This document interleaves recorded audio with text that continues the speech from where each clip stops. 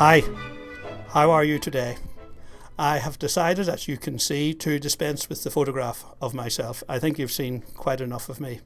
And I now want to move on to the first formal chapter of the book, which is the Masters of Business Administration. Now, it's my opinion that when many people start their MBA, they're not quite sure of what the concept of an MBA is. So I thought I would put together a short podcast to introduce listeners to what exactly is an MBA and why it is so good. The first thing I should say is I think it's the top management brand in the world. It's got global acceptance, so you can work anywhere in the world if you have an MBA. It's well accepted in most countries. Because of this and because of the esteem in which it's held, it absolutely attracts very high quality students. And this is reflected not just in the work that they do when they're on the MBA, but in their achievements subsequent to the MBA. And we must never forget that people undertake an MBA to increase their skills, but also to increase their earning power. And I'm going to show you some evidence on the next slide which shows you just how good that can be. Just a couple of other points that a great thing about the MBA is that it's a general qualification.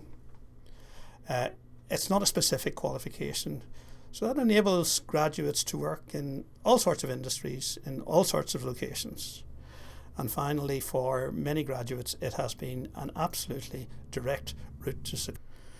Right, let's have a look at earning power now. And if we go to my own country, Ireland, the top one there is the Smurfit School in UCD, which is ranked number 98 in the world.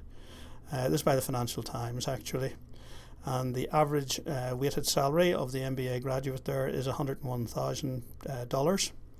Top one in the world is the United States and Wharton.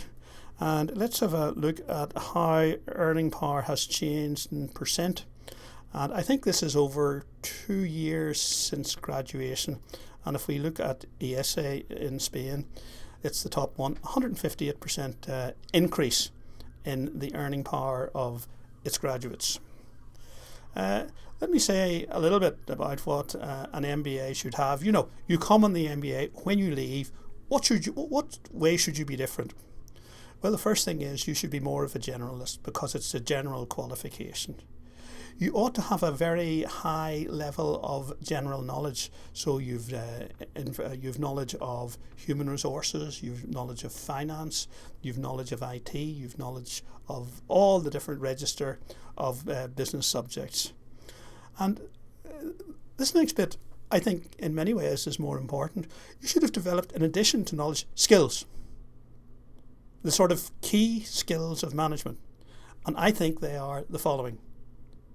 Your ability to, your ability to analyse business situations and get solutions. Key.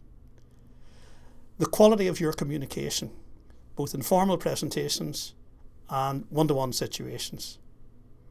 And this is equally important, the leadership skills that you display so that you can lead your organisation rather than follow behind someone else.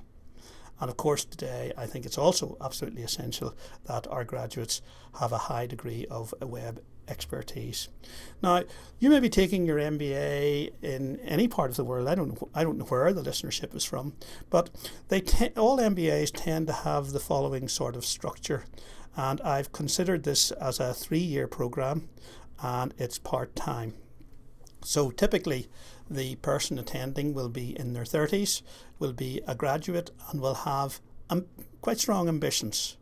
So in the first year, we have what we could call the functional studies. That's the functional parts of business: accounting and finance, marketing, human resource management, organisation behaviour, economics, and some information technology and quantitative analysis.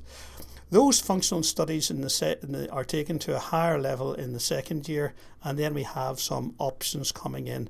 And typically those options could include international marketing, international business, innovation, etc., etc. And finally, in year 3, it tends to be much deeper. There are fewer subjects studied, but they're taken to a much greater depth. And in my own institution, the first 3 are the paramount ones. The strategy, which is the subject that I take. leadership and change, and students will have to do a project or dissertation which is probably based in their own company, and then there will be some final level options, and those generally will reflect the staff expertise of the business school, so they'll vary from business school to business school. So I'd just like to conclude this by saying, welcome to the MBA. In my opinion, you've made absolutely the right decision.